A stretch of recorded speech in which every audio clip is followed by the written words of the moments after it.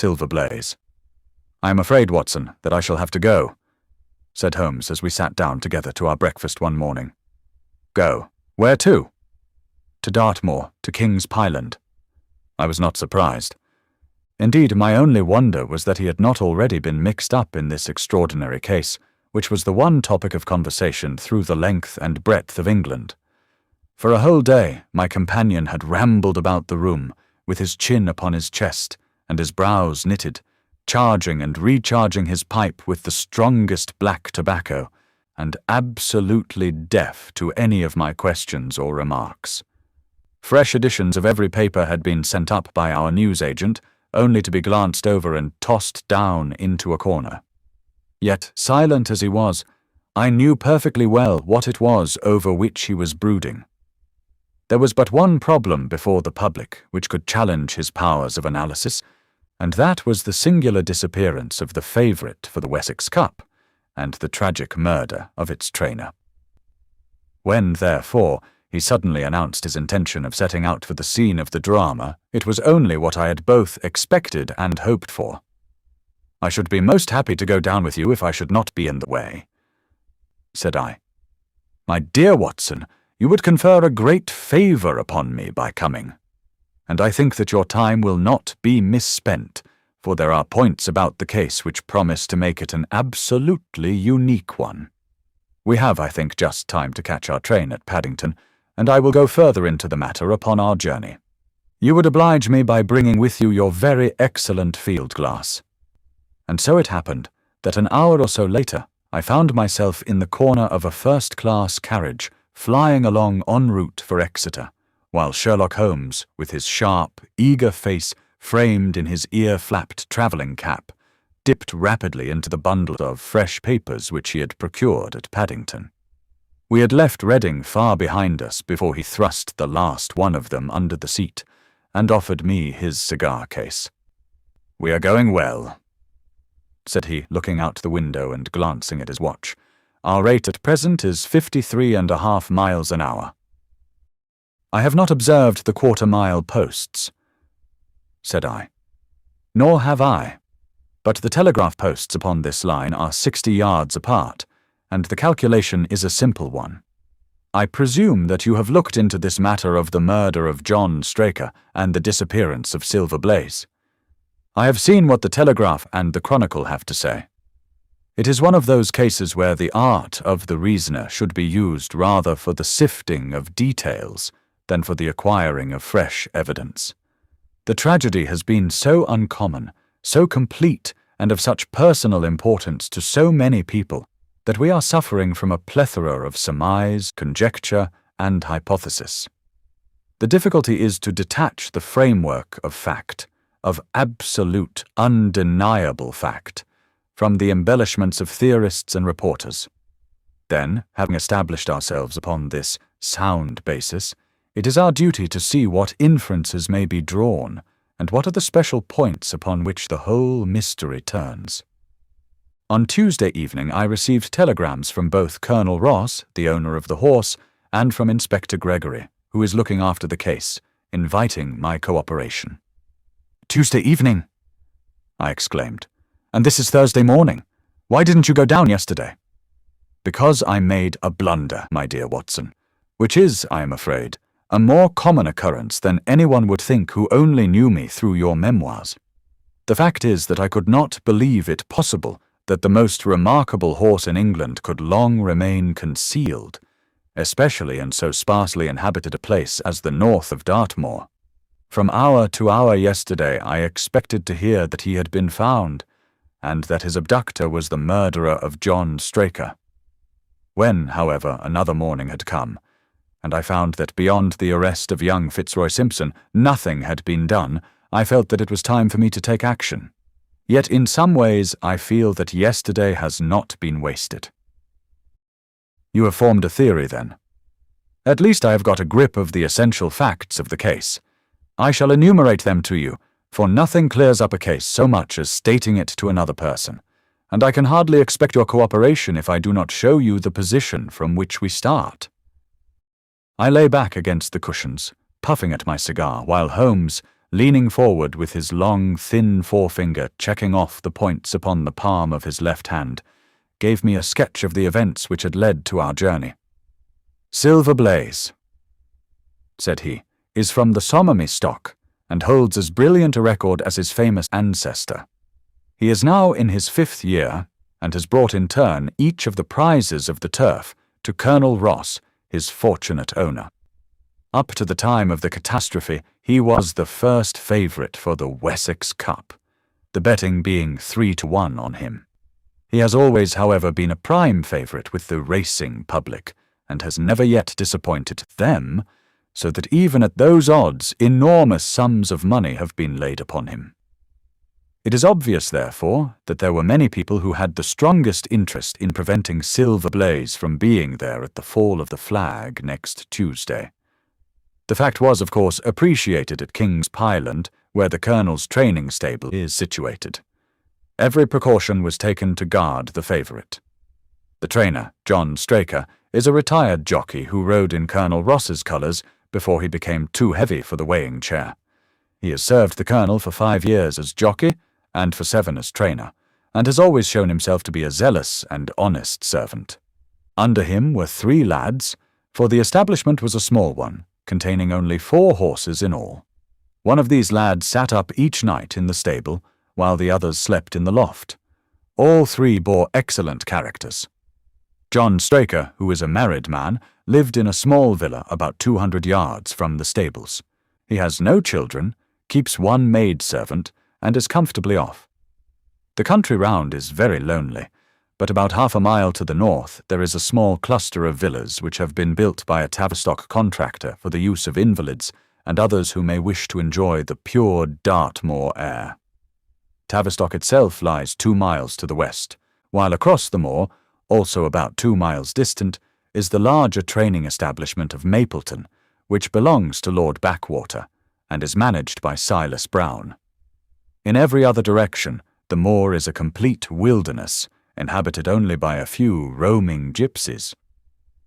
Such was the general situation last Monday night when the catastrophe occurred. On that evening the horses had been exercised and watered as usual, and the stables were locked up at 9 o'clock. 2 of the lads walked up to the trainer's house, where they had supper in the kitchen, while the third, Ned Hunter, remained on guard.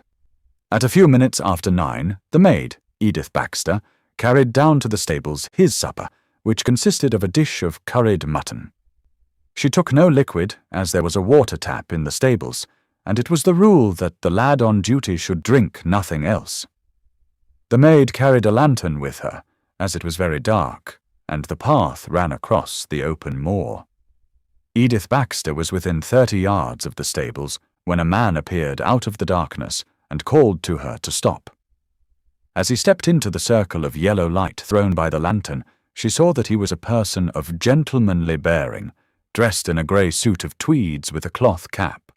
He wore gaiters and carried a heavy stick with a knob to it. She was most impressed, however, by the extreme pallor of his face and by the nervousness of his manner. His age, she thought, would be rather over 30 than under it. "Can you tell me where I am?" he asked. "I had almost made up my mind to sleep on the moor when I saw the light of your lantern." "You are close to the King's Pyland training stables," said she. "Oh, indeed! What a stroke of luck!" he cried. "I understand that a stable boy sleeps there alone every night. Perhaps that is his supper which you are carrying to him. Now I am sure that you would not be too proud to earn the price of a new dress, would you?" He took a piece of white paper folded up out of his waistcoat pocket. "See that the boy has this tonight, and you shall have the prettiest frock that money can buy." She was frightened by the earnestness of his manner, and ran past him to the window through which she was accustomed to hand the meals. It was already opened, and Hunter was seated at the small table inside. She had begun to tell him of what had happened, when the stranger came up again. "Good evening," said he, looking through the window. "I wanted to have a word with you." The girl has sworn that as he spoke, she noticed the corner of the little paper packet protruding from his closed hand. "What business have you here?" asked the lad. "It's business that may put something into your pocket," said the other, You've 2 horses in for the Wessex Cup, Silver Blaze and Bayard. Let me have the straight tip and you won't be a loser. Is it a fact that at the weights Bayard could give the other 100 yards in 5 furlongs, and that the stable have put their money on him? So you're one of those damned touts, cried the lad. I'll show you how we serve them in King's Pyland. He sprang up and rushed across the stable to unloose the dog. The girl fled away to the house, but as she ran she looked back and saw that the stranger was leaning through the window. A minute later, however, when Hunter rushed out with the hound, he was gone, and though he ran all round the buildings he failed to find any trace of him. One moment, I asked. Did the stable boy, when he ran out with the dog, leave the door unlocked behind him? Excellent, Watson, excellent, murmured my companion. The importance of the point struck me so forcibly that I sent a special wire to Dartmoor yesterday to clear the matter up. The boy locked the door before he left it. The window, I may add, was not large enough for a man to get through. Hunter waited until his fellow grooms had returned, when he sent a message to the trainer and told him what had occurred. Straker was excited at hearing the account, although he does not seem to have quite realized its true significance. It left him, however, vaguely uneasy, and Mrs. Straker, waking at 1 in the morning, found that he was dressing. In reply to her inquiries, he said that he could not sleep on account of his anxiety about the horses, and that he intended to walk down to the stables to see that all was well. She begged him to remain at home, as she could hear the rain pattering against the window, but in spite of her entreaties, he pulled on his large mackintosh and left the house. Mrs. Straker awoke at 7 in the morning, to find that her husband had not yet returned. She dressed herself hastily, called the maid, and set off for the stables. The door was open. Inside, huddled together upon a chair, Hunter was sunk in a state of absolute stupor. The favourite stall was empty, and there were no signs of his trainer. The 2 lads who slept in the chaff-cutting loft above the harness room were quickly aroused. They had heard nothing during the night, for they are both sound sleepers. Hunter was obviously under the influence of some powerful drug, and as no sense could be got out of him, he was left to sleep it off, while the 2 lads and the 2 women ran out in search of the absentees.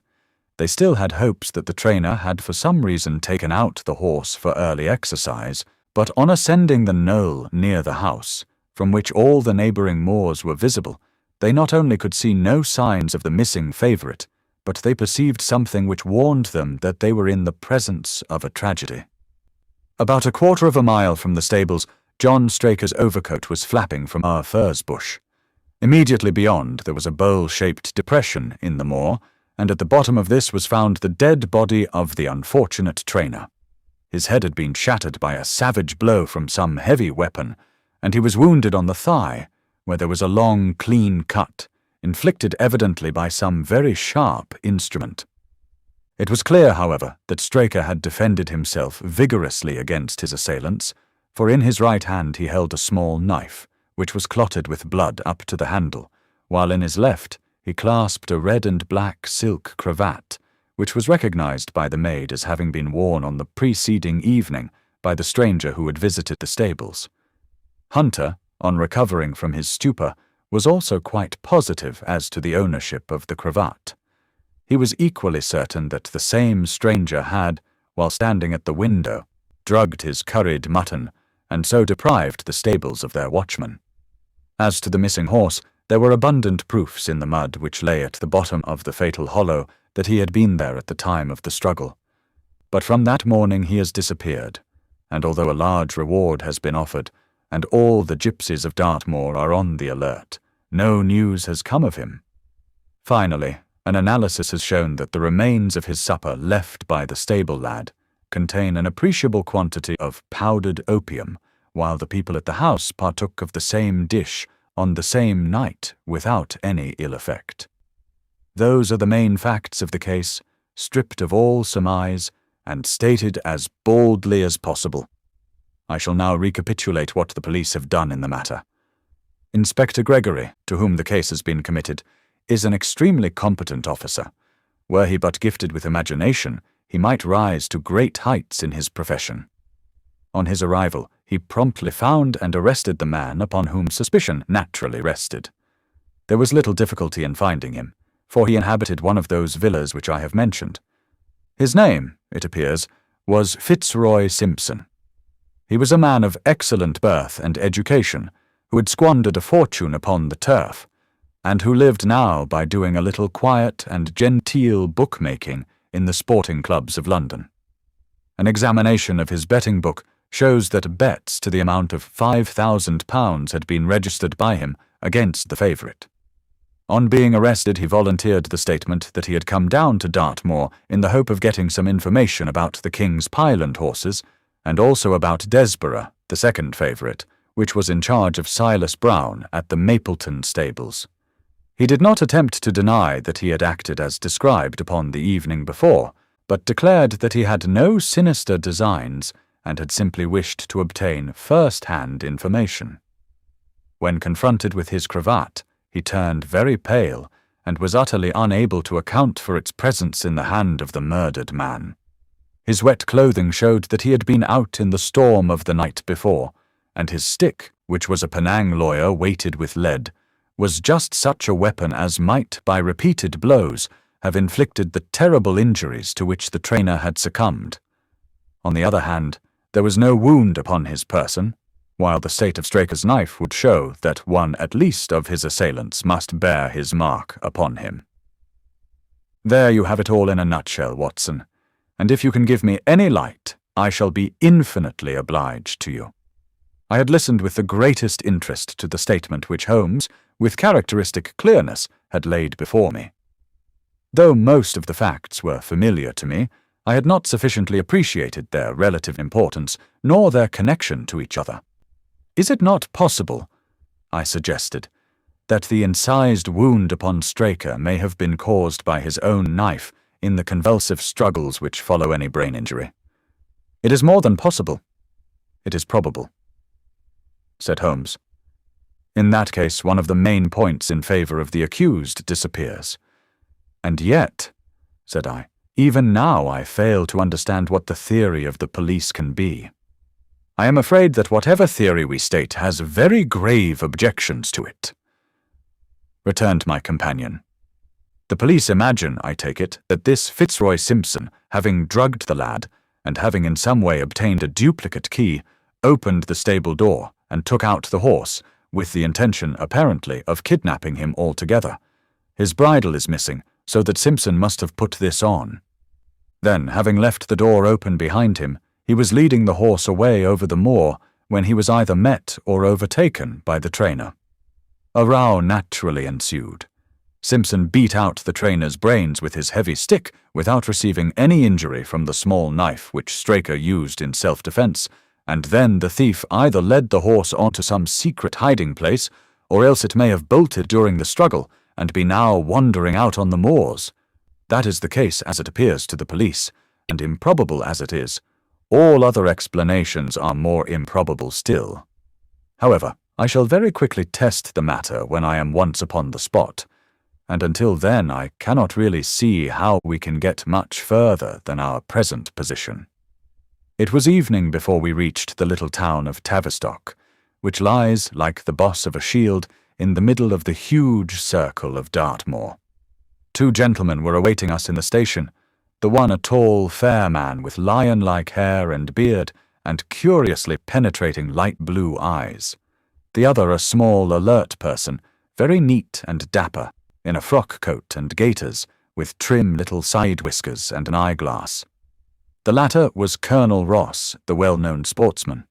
The other, Inspector Gregory, a man who was rapidly making his name in the English detective service. "I am delighted that you have come down, Mr. Holmes," said the colonel. "The inspector here has done all that could possibly be suggested, but I wish to leave no stone unturned in trying to avenge poor Straker and in recovering my horse. Have there been any fresh developments?" asked Holmes. "I'm sorry to say that we have made very little progress," said the inspector. "We have an open carriage outside, and as you would no doubt like to see the place before the light fails, we might talk it over as we drive." A minute later we were all seated in a comfortable landau, and were rattling through the quaint old Devonshire city. Inspector Gregory was full of his case and poured out a stream of remarks, while Holmes threw in an occasional question or interjection. Colonel Ross leaned back with his arms folded and his hat tilted over his eyes, while I listened with interest to the dialogue of the two detectives. Gregory was formulating his theory, which was almost exactly what Holmes had foretold in the train. "The net is drawn pretty close round Fitzroy Simpson," he remarked, "and I believe myself that he is our man. At the same time, I recognize that the evidence is purely circumstantial, and that some new development may upset it. How about Straker's knife? We have quite come to the conclusion that he wounded himself in his fall. My friend Dr. Watson made that suggestion to me as we came down. If so, it would tell against this man Simpson. Undoubtedly. He has neither a knife nor any sign of a wound. The evidence against him is certainly very strong. He had a great interest in the disappearance of the favourite. He lies under suspicion of having poisoned the stable boy. He was undoubtedly out in the storm. He was armed with a heavy stick, and his cravat was found in the dead man's hand. I really think we have enough to go before a jury." Holmes shook his head. "A clever counsel would tear it all to rags," said he. "Why should he take the horse out of the stable? If he wished to injure it, why could he not do it there? Has a duplicate key been found in his possession? What chemist sold him the powdered opium? Above all, where could he, a stranger to the district, hide a horse, and such a horse as this? What is his own explanation as to the paper which he wished the maid to give to the stable boy? He says that it was a £10 note. One was found in his purse. But your other difficulties are not so formidable as they seem. He is not a stranger to the district. He has twice lodged at Tavistock in the summer. The opium was probably brought from London. The key, having served its purpose, would be hurled away. The horse may be at the bottom of one of the pits or old mines upon the moor. What does he say about the cravat? He acknowledges that it is his, and declares that he had lost it. But a new element has been introduced into the case which may account for his leading the horse from the stable." Holmes pricked up his ears. "We have found traces which show that a party of gypsies encamped on Monday night within a mile of the spot where the murder took place. On Tuesday they were gone. Now, presuming that there was some understanding between Simpson and these gypsies, might he not have been leading the horse to them when he was overtaken? And may they not have him now? It is certainly possible. The moor is being scoured for these gypsies. I have also examined every stable and outhouse in Tavistock, and for a radius of 10 miles. There is another training stable quite close, I understand. Yes, and that is a factor which we must certainly not neglect. As Desborough, their horse, was second in the betting, they had an interest in the disappearance of the favourite. Silas Brown, the trainer, is known to have had large bets upon the event, and he was no friend to poor Straker. We have, however, examined the stables, and there is nothing to connect him with the affair. And nothing to connect this man Simpson with the interests of the Mapleton stables. Nothing at all. Holmes leaned back in the carriage, and the conversation ceased. A few minutes later, our driver pulled up at a neat little red brick villa with overhanging eaves which stood by the road. Some distance off, across a paddock, lay a long grey-tiled outbuilding. In every other direction, the low curves of the moor, bronze-coloured from the fading ferns, stretched away to the skyline, broken only by the steeples of Tavistock, and by a cluster of houses away to the westward which marked the Mapleton stables. We all sprang out with the exception of Holmes, who continued to lean back with his eyes fixed upon the sky in front of him, entirely absorbed in his own thoughts. It was only when I touched his arm that he roused himself with a violent start and stepped out of the carriage. "Excuse me," said he, turning to Colonel Ross, who had looked at him in some surprise. "I was daydreaming." There was a gleam in his eyes and a suppressed excitement in his manner which convinced me, used as I was to his ways, that his hand was upon a clue, though I could not imagine where he had found it. Perhaps you would prefer at once to go on to the scene of the crime. "Mr. Holmes," said Gregory, "I think that I should prefer to stay here a little and go into one or two questions of detail. Straker was brought back here, I presume." "Yes, he lies upstairs. The inquest is tomorrow. He has been in your service some years, Colonel Ross.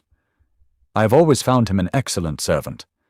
I presume that you made an inventory of what he had in his pockets at the time of his death, Inspector. I have the things themselves in the sitting room, if you would care to see them. I should be very glad. We all filed into the front room and sat round the central table while the inspector unlocked a square tin box and laid a small heap of things before us. There was a box of Vestas, 2 inches of tallow candle, an ADP briar root pipe, a pouch of sealskin with half an ounce of long-cut Cavendish, a silver watch with a gold chain, 5 sovereigns in gold, an aluminum pencil case, a few papers, and an ivory-handled knife with a very delicate, inflexible blade marked Weiss and Company, London. "This is a very singular knife," said Holmes, lifting it up and examining it minutely. "I presume, as I see bloodstains upon it, that it is the one which was found in the dead man's grasp. Watson, this knife is surely in your line?" "It is what we call a cataract knife," said I. "I thought so. A very delicate blade devised for very delicate work. A strange thing for a man to carry with him upon a rough expedition, especially as it would not shut in his pocket. The tip was guarded by a disc of cork which we found beside his body," said the inspector. "His wife tells us that the knife had lain upon the dressing table and that he had picked it up as he left the room. It was a poor weapon, but perhaps the best that he could lay his hands on at the moment." "Very possible. How about these papers?" 3 of them are receipted hay dealers' accounts. One of them is a letter of instructions from Colonel Ross. This other is a milliner's account for £37.15 made out by Madame Lezourier of Bond Street to William Derbyshire. Mrs. Straker tells us that Derbyshire was a friend of her husband's, and that occasionally his letters were addressed here. "Madame Derbyshire had somewhat expensive tastes," remarked Holmes, glancing down the account. 22 guineas is rather heavy for a single costume. However, there appears to be nothing more to learn, and we may now go down to the scene of the crime. As we emerged from the sitting room, a woman, who had been waiting in the passage, took a step forward and laid her hand upon the inspector's sleeve. Her face was haggard and thin and eager, stamped with the print of a recent horror. "Have you got them? Have you found them?" she panted. "No, Mrs. Straker, but Mr. Holmes here has come from London to help us, and we shall do all that is possible." "Surely I met you in Plymouth at a garden party some little time ago, Mrs. Straker," said Holmes. "No, sir, you are mistaken." "Dear me! Why, I could have sworn to it.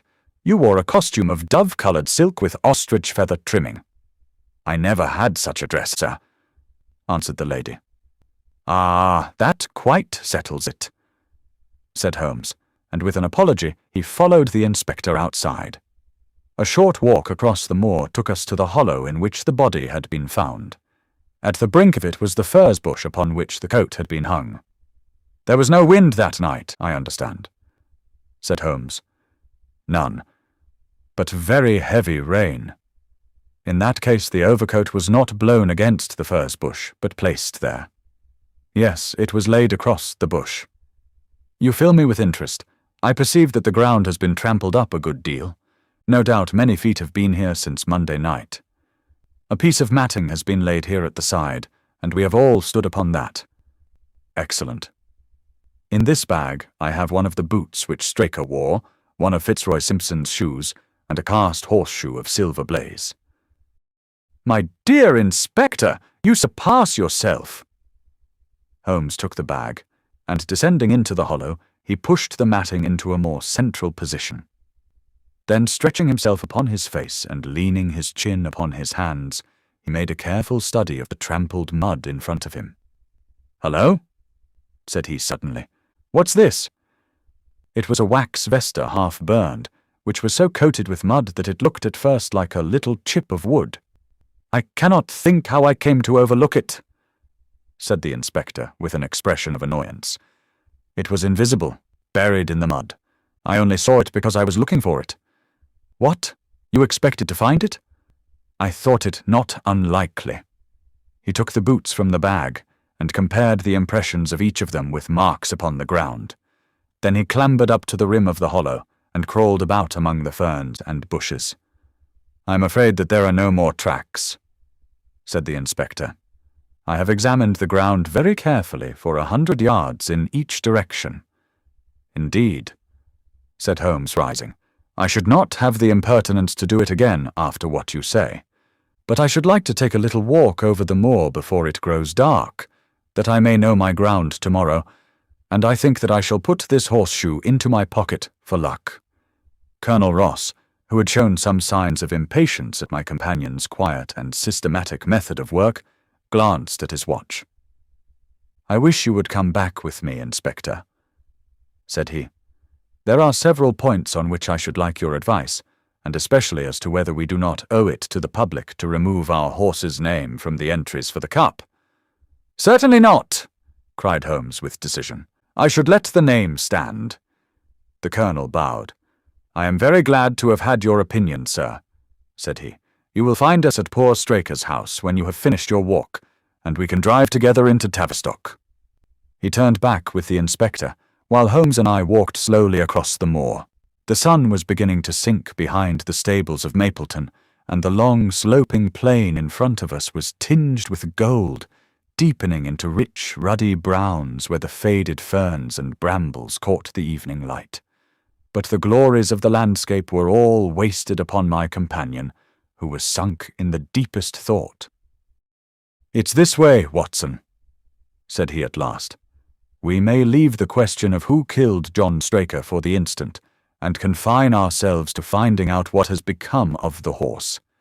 Now, supposing that he broke away during or after the tragedy, where could he have gone to? The horse is a very gregarious creature. If left to himself, his instincts would have been either to return to King's Pyland or go over to Mapleton. Why should he run wild upon the moor? He would surely have been seen by now. And why should gypsies kidnap him? These people always clear out when they hear of trouble, for they do not wish to be pestered by the police. They could not hope to sell such a horse. They would run a great risk and gain nothing by taking him. Surely that is clear. Where is he, then? I have already said that he must have gone to King's Pyland or to Mapleton. He is not at King's Pyland. Therefore he is at Mapleton. Let us take that as a working hypothesis and see what it leads us to. This part of the moor, as the inspector remarked, is very hard and dry. But it falls away towards Mapleton, and you can see from here that there is a long hollow over yonder, which must have been very wet on Monday night. If our supposition is correct, then the horse must have crossed that, and there is the point where we should look for his tracks.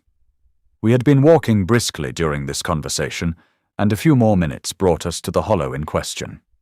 At Holmes's request, I walked down the bank to the right, and he to the left, but I had not taken 50 paces before I heard him give a shout and saw him waving his hand to me. The track of a horse was plainly outlined in the soft earth in front of him, and the shoe which he took from his pocket exactly fitted the impression. "See the value of imagination," said Holmes.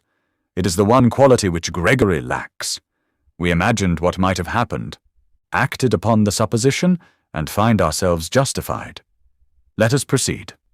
We crossed the marshy bottom and passed over a quarter of a mile of dry, hard turf.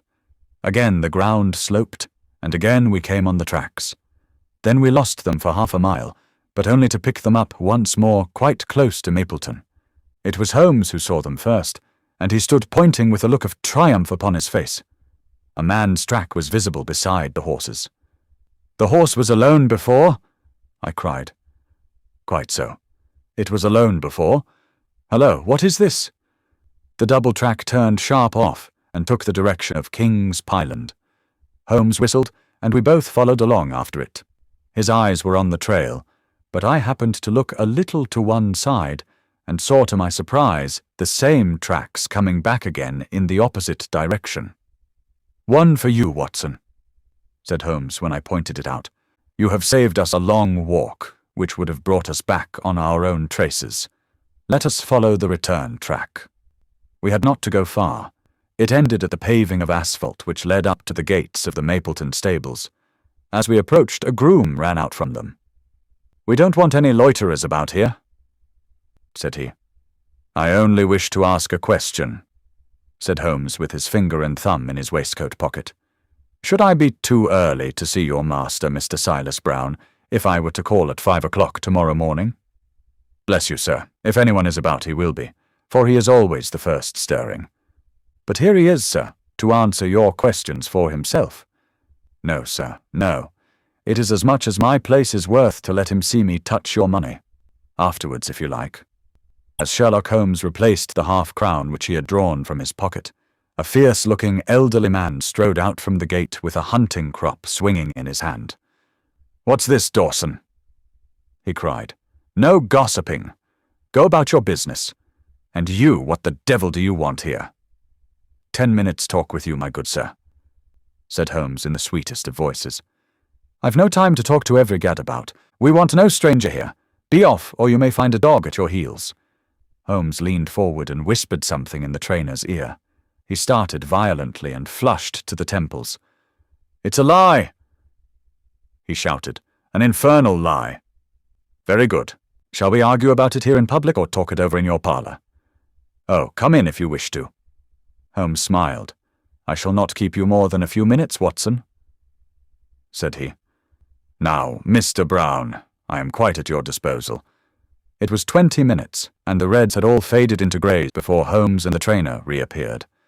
Never have I seen such a change as had been brought about in Silas Brown in that short time. His face was ashy pale, beads of perspiration shone upon his brow, and his hands shook until the hunting crop wagged like a branch in the wind. His bullying, overbearing manner was all gone too, and he cringed along at my companion's side like a dog with its master. "Your instructions will be done. It shall all be done," said he. "There must be no mistake," said Holmes, looking round at him. The other winced as he read the menace in his eyes. "Oh no, there shall be no mistake. It shall be there. Should I change it first or not?" Holmes thought a little and then burst out laughing. "No, don't," said he. "I shall write to you about it. No tricks now, or—" "Oh, you can trust me. You can trust me." "Yes, I think I can. Well, you shall hear from me tomorrow." He turned upon his heel, disregarding the trembling hand which the other held out to him, and we set off for King's Pyland. A more perfect compound of the bully, coward, and sneak than Master Silas Brown I have seldom met with, remarked Holmes as we trudged along together. "He has the horse, then?" He tried to bluster out of it, but I described to him so exactly what his actions had been upon that morning that he is convinced that I was watching him. Of course, you observed the peculiarly square toes in the impressions, and that his own boots exactly corresponded to them. Again, of course, no subordinate would have dared to do such a thing. I described to him how, when according to his custom he was the first down, he perceived a strange horse wandering over the moor, how he went out to it, and his astonishment at recognizing, from the white forehead which has given the favourite its name, that chance had put in his power the only horse which could beat the one upon which he had put his money. Then I described how his first impulse had been to lead him back to King's Pyland, and how the devil had shown him how he could hide the horse until the race was over, and how he had led it back and concealed it at Mapleton. When I told him every detail, he gave it up, and thought only of saving his own skin. But his stables had been searched. Oh, an old horse-faker like him has many a dodge. But are you not afraid to leave the horse in his power now, since he has every interest in injuring it? My dear fellow, he will guard it as the apple of his eye. He knows that his only hope of mercy is to produce it safe. Colonel Ross did not impress me as a man who would be likely to show much mercy in any case. The matter does not rest with Colonel Ross. I follow my own methods, and tell as much or as little as I choose. That is the advantage of being unofficial. I don't know whether you observed it, Watson, but the Colonel's manner has been just a trifle cavalier to me. I am inclined now to have a little amusement at his expense. Say nothing to him about the horse. Certainly not without your permission. And of course this is all quite a minor point compared to the question of who killed John Straker. And you will devote yourself to that? On the contrary, we both go back to London by the night train. I was thunderstruck by my friend's words. We had only been a few hours in Devonshire, and that he should give up an investigation which he had begun so brilliantly was quite incomprehensible to me. Not a word more could I draw from him until we were back at the trainer's house. The colonel and the inspector were awaiting us in the parlour. "My friend and I returned to town by the night express," said Holmes. "We have had a charming little breath of your beautiful Dartmoor air." The inspector opened his eyes, and the colonel's lip curled in a sneer. "So you despair of arresting the murderer of poor Straker?" said he. Holmes shrugged his shoulders. "There are certainly grave difficulties in the way," said he. "I have every hope, however, that your horse will start upon Tuesday, and I beg that you will have your jockey in readiness. Might I ask for a photograph of Mr. John Straker?" The inspector took one from an envelope and handed it to him. "My dear Gregory, you anticipate all my wants. If I might ask you to wait here for an instant, I have a question which I should like to put to the maid. I must say that I am rather disappointed in our London consultant," said Colonel Ross bluntly, as my friend left the room. "I do not see that we are any further than when he came." "At least you have his assurance that your horse will run," said I. "Yes, I have his assurance," said the colonel with a shrug of his shoulders. "I should prefer to have the horse." I was about to make some reply in defence of my friend when he entered the room again. "Now, gentlemen," said he, "I am quite ready for Tavistock." As we stepped into the carriage, one of the stable lads held the door open for us. A sudden idea seemed to occur to Holmes, for he leaned forward and touched the lad upon the sleeve. "You have a few sheep in the paddock," he said. "Who attends to them?" "I do, sir." "Have you noticed anything amiss with them of late?" "Well, sir, not of much account, but 3 of them have gone lame, sir." I could see that Holmes was extremely pleased, for he chuckled and rubbed his hands together. "A long shot, Watson, a very long shot," said he, pinching my arm. "Gregory, let me recommend to your attention this singular epidemic among the sheep." "Drive on, coachman." Colonel Ross still wore an expression which showed the poor opinion which he had formed of my companion's ability, but I saw by the inspector's face that his attention had been keenly aroused. "You consider that to be important?" he asked. "Exceedingly so." "Is there any point to which you would wish to draw my attention?" "To the curious incident of the dog in the night time." "The dog did nothing in the night time." "That was the curious incident," remarked Sherlock Holmes. 4 days later, Holmes and I were again in the train, bound for Winchester to see the race for the Wessex Cup. Colonel Ross met us by appointment outside the station, and we drove in his drag to the course beyond the town. His face was grave, and his manner was cold in the extreme. "I have seen nothing of my horse," said he. "I suppose that you would know him when you saw him?" asked Holmes. The colonel was very angry. "I have been on the turf for 20 years, and never was asked such a question as that before," said he. "A child would know Silver Blaze, with his white forehead and his mottled off foreleg. How is the betting?" "Well, that is the curious part of it. You could have got 15 to 1 yesterday, but the price has become shorter and shorter until you can hardly get 3 to 1 now." Said Holmes. "Somebody knows something, that is clear." As the drag drew up in the enclosure near the grand stand, I glanced at the card to see the entries. "Wessex Plate," it ran. 50 sovs each HFT with 1,000 sovs added for 4 and 5-year-olds. Second, L300. Third, L200. New course, 1 mile and 5 furlongs. Mr. Heath Newton's The Negro. Red cap, cinnamon jacket. Colonel Wardlaw's pugilist, pink cap. Blue and black jacket. Lord Backwater's Desborough. Yellow cap and sleeves. Colonel Ross's Silver Blaze. Black cap. Red jacket. Duke of Balmoral's Iris. Yellow and black stripes. Lord Singleford's Rasper. Purple cap. Black sleeves. "We scratched our other one, and put all hopes on your word," said the colonel. "Why, what is that? Silver Blaze favourite." 5 to 4 against Silver Blaze," roared the ring. 5 to 4 against Silver Blaze. 5 to 15 against Desborough. 5 to 4 on the field. "There are the numbers up," I cried. "They are all 6 there." All 6 there? Then my horse is running, cried the colonel in great agitation. But I don't see him. My colours have not passed. Only 5 have passed. This must be he. As I spoke, a powerful bay horse swept out from the weighing enclosure and cantered past us, bearing on its back the well-known black and red of the colonel. That's not my horse, cried the owner. That beast has not a white hair upon its body. What is this that you have done, Mr. Holmes?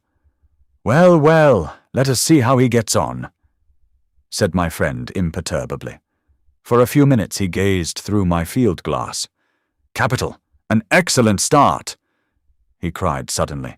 There they are, coming round the curve. From our drag we had a superb view as they came up the straight. The 6 horses were so close together that a carpet could have covered them, but halfway up the yellow of the Mapleton stable showed to the front. Before they reached us, however, Desborough's bolt was shot, and the colonel's horse, coming away with a rush, passed the post a good 6 lengths before its rival, the Duke of Balmoral's Iris making a bad third. It's my race, anyhow, gasped the colonel, passing his hand over his eyes. I confess that I can make neither head nor tail of it. Don't you think that you have kept up your mystery long enough, Mr. Holmes? Certainly, Colonel. You shall know everything. Let us all go round and have a look at the horse together. Here he is, he continued as we made our way into the weighing enclosure, where only owners and their friends find admittance. You have only to wash his face and his leg in spirits of wine, and you will find that he is the same old silver blaze as ever. You take my breath away. I found him in the hands of a faker, and took the liberty of running him just as he was sent over. My dear sir, you have done wonders. The horse looks very fit and well. It never went better in its life. I owe you 1,000 apologies for having doubted your ability. You have done me a great service by recovering my horse. You would do me a greater still if you could lay your hands on the murderer of John Straker. I have done so, said Holmes quietly. The colonel and I stared at him in amazement. You have got him? Where is he then? He is here. Here? Where? In my company at the present moment. The colonel flushed angrily. I quite recognize that I am under obligations to you, Mr. Holmes, said he, but I must regard what you have just said as either a very bad joke or an insult. Sherlock Holmes laughed. I assure you that I have not associated you with the crime, Colonel, said he. The real murderer is standing immediately behind you. He stepped past and laid his hand upon the glossy neck of the thoroughbred. The horse, cried both the colonel and myself. Yes, the horse, and it may lessen his guilt if I say that it was done in self-defense, and that John Straker was a man who was entirely unworthy of your confidence. But there goes the bell, and as I stand to win a little on this next race, I shall defer a lengthy explanation until a more fitting time. We had the corner of a Pullman car to ourselves that evening as we whirled back to London, and I fancy that the journey was a short one to Colonel Ross as well as to myself, as we listened to our companion's narrative of the events which had occurred at the Dartmoor training stables upon the Monday night, and the means by which he had unravelled them.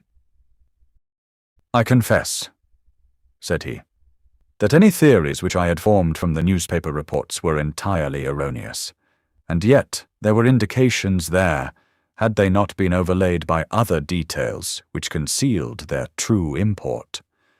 I went to Devonshire with the conviction that Fitzroy Simpson was the true culprit, although of course I saw that the evidence against him was by no means complete. It was while I was in the carriage, just as we reached the trainer's house, that the immense significance of the curried mutton occurred to me. You may remember that I was distrait, and remained sitting after you had all alighted. I was marvelling in my own mind how I could possibly have overlooked so obvious a clue. I confess, said the colonel, that even now I cannot see how it helps us. It was the first link in my chain of reasoning. Powdered opium is by no means tasteless. The flavour is not disagreeable, but it is perceptible. Were it mixed with any ordinary dish, the eater would undoubtedly detect it, and would probably eat no more. A curry was exactly the medium which would disguise this taste. By no possible supposition could this stranger, Fitzroy Simpson, have caused curry to be served in the trainer's family that night, and it is surely too monstrous a coincidence to suppose that he happened to come along with powdered opium upon the very night when a dish happened to be served which would disguise the flavor. That is unthinkable. Therefore Simpson becomes eliminated from the case, and our attention centers upon Straker and his wife, the only two people who could have chosen curried mutton for supper that night. The opium was added after the dish was set aside for the stable boy, for the others had the same for supper with no ill effects. Which of them, then, had access to that dish without the maid seeing them? Before deciding that question, I had grasped the significance of the silence of the dog, for one true inference invariably suggests others.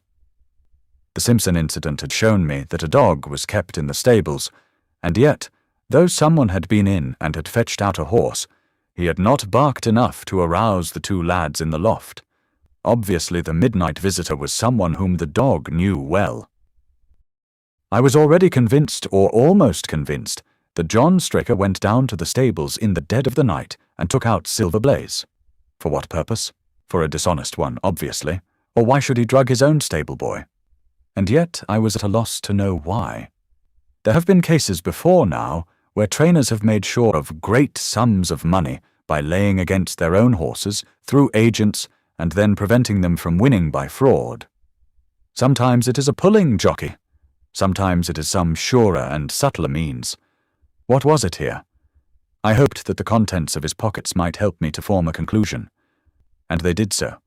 You cannot have forgotten the singular knife which was found in the dead man's hand, a knife which certainly no sane man would choose for a weapon. It was, as Dr. Watson told us, a form of knife which is used for the most delicate operations known in surgery, and it was to be used for a delicate operation that night. You must know, with your wide experience of turf matters, Colonel Ross, that it is possible to make a slight nick upon the tendons of a horse's ham, and to do it subcutaneously, so as to leave absolutely no trace. A horse so treated would develop a slight lameness, which would be put down to a strain in exercise or a touch of rheumatism, but never to foul play. "Villain! Scoundrel!" cried the colonel. "We have here the explanation of why John Straker wished to take the horse out onto the moor. So spirited a creature would have certainly roused the soundest of sleepers when it felt the prick of the knife. It was absolutely necessary to do it in the open air." "I have been blind," cried the colonel. Of course that was why he needed the candle and struck the match. "Undoubtedly. But in examining his belongings, I was fortunate enough to discover not only the method of the crime, but even its motives. As a man of the world, Colonel, you know that men do not carry other people's bills about in their pockets. We have most of us quite enough to do to settle our own. I at once concluded that Straker was leading a double life and keeping a second establishment. The nature of the bill showed that there was a lady in the case, and one who had expensive tastes. Liberal as you are with your servants, one can hardly expect that they can buy 20-guinea walking dresses for their ladies. I questioned Mrs. Straker as to the dress without her knowing it, and having satisfied myself that it had never reached her, I made a note of the milliner's address, and felt that by calling there with Straker's photograph, I could easily dispose of the mythical Derbyshire. From that time on, all was plain. Straker had led out the horse to a hollow where his light would be invisible. Simpson in his flight had dropped his cravat, and Straker had picked it up, with some idea, perhaps, that he might use it in securing the horse's leg. Once in the hollow, he had got behind the horse and had struck a light, but the creature, frightened at the sudden glare, and with the strange instinct of animals feeling that some mischief was intended, had lashed out, and the steel shoe had struck Straker full on the forehead. He had already, in spite of the rain, taken off his overcoat in order to do his delicate task, and so, as he fell, his knife gashed his thigh. Do I make it clear? "Wonderful," cried the colonel. "Wonderful! You might have been there." My final shot was, I confess, a very long one. It struck me that so astute a man as Straker would not undertake this delicate tendon nicking without a little practice. What could he practice on? My eyes fell upon the sheep, and I asked a question which, rather to my surprise, showed that my surmise was correct. When I returned to London, I called upon the milliner, who had recognized Straker as an excellent customer of the name of Derbyshire, who had a very dashing wife, with a strong partiality for expensive dresses. I have no doubt that this woman had plunged him over head and ears in debt, and so led him into this miserable plot. "You have explained all but one thing," cried the colonel. "Where was the horse?" "Ah, it bolted, and was cared for by one of your neighbours. We must have an amnesty in that direction, I think. This is Clapham Junction, if I am not mistaken, and we shall be in Victoria in less than 10 minutes. If you care to smoke a cigar in our rooms, Colonel, I shall be happy to give you any other details which might interest you."